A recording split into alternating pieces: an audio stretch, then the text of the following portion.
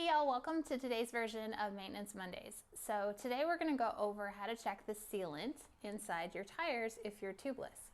And this is something that can be very overlooked over time, and we just kind of forget that we even have sealant in our tires and take the benefit of the doubt that we do, and we just keep on riding.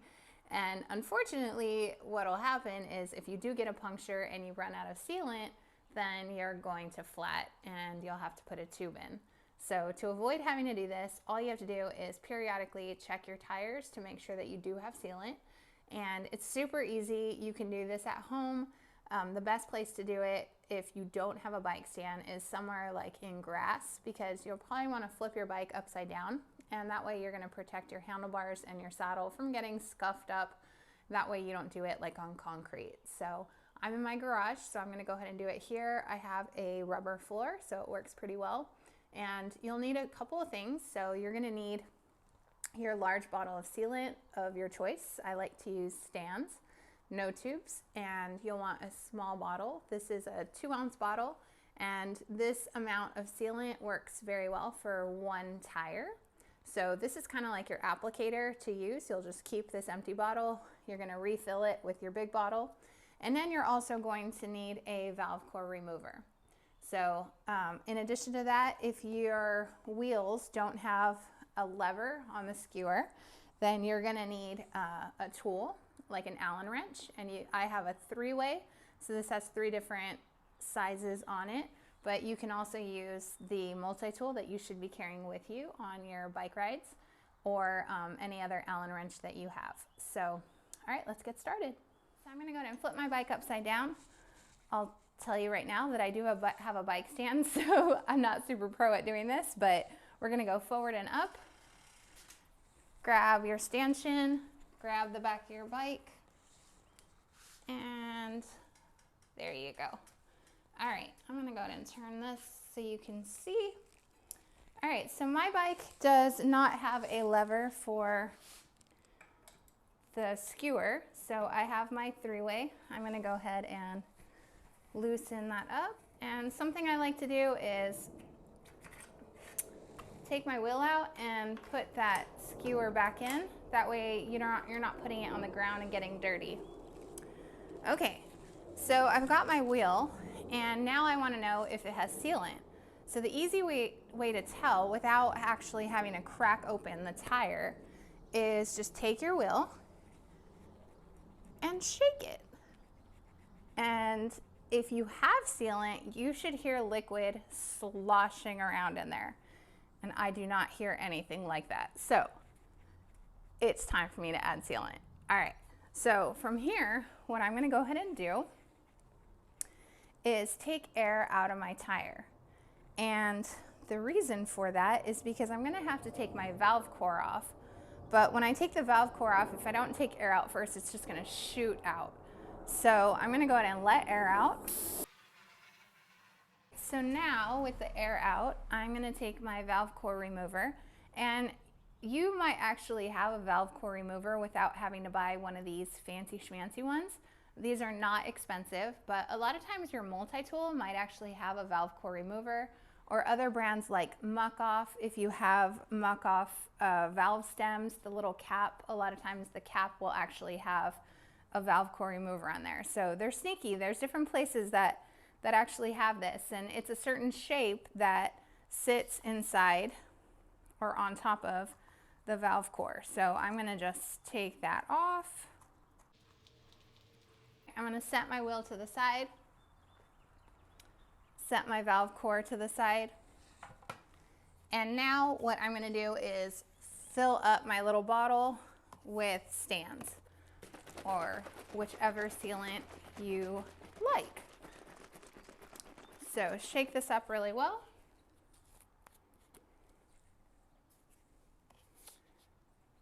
And now, making a mess already. Okay, this can get pretty messy. So what I went ahead and did is I have a little towel that I'm gonna throw away afterwards. If you wanna do this on the grass, that's another good place, so you don't even have to worry about making a mess, but it will make a mess. So, or over a trash can, that's another really good place to do this. So I'm just gonna pour this stand into this bottle, just being careful not to overflow it, but I do wanna fill it up to the top. So just carefully. Sometimes the top sneaks up on you really fast, just like it did right now.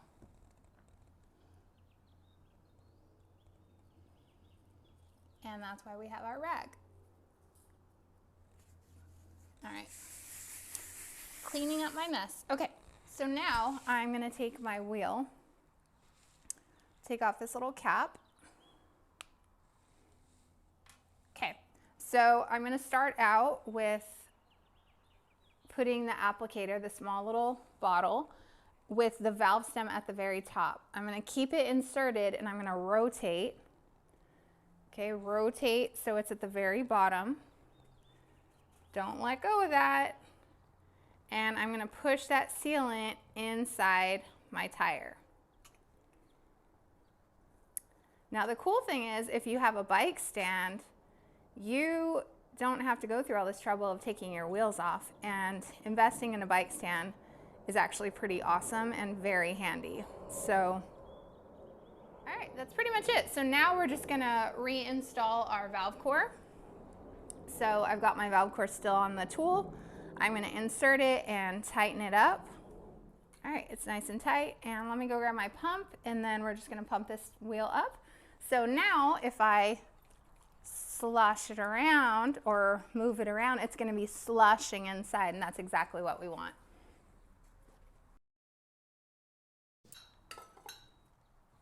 Okay. So my skewer is already on my bike. That's why I like to do that. And go ahead and reinsert your wheel. So now for the back wheel, the one everybody dreads. So it's not that bad, and we're gonna do this very simply. So first of all, before you flip your bike upside down, I should have mentioned this earlier, let's go ahead and shift into the smallest cog on your cassette. So that way you're all the way down. What this does is it gets your derailleur out of the way. So as you shift towards the smallest cog, this whole mechanism, which is your derailleur, will start scooting over to the side, and it gives you more space to work with. So I have SRAM, so I have a clutch derailleur.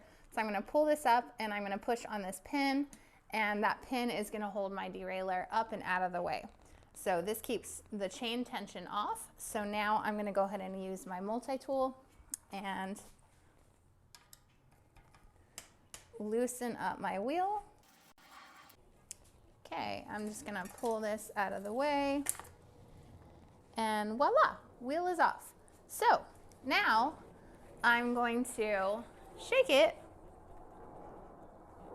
No sealant. So same scenario here. I already made a mess off camera and refilled my second bottle. The moment you've all been waiting for, putting your rear wheel back on. Okay, so I know you're intimidated by this, but it's not that bad.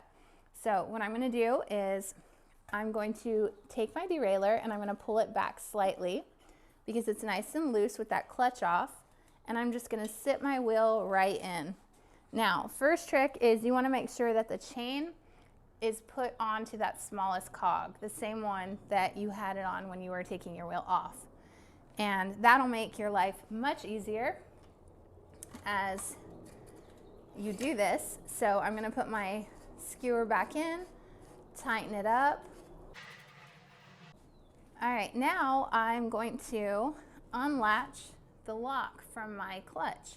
So I'm gonna take my derailleur and I'm gonna pull back, and that unlatched it, let it go, and it's still on the small cog. So if I were to spin, everything's smooth and you're good to go.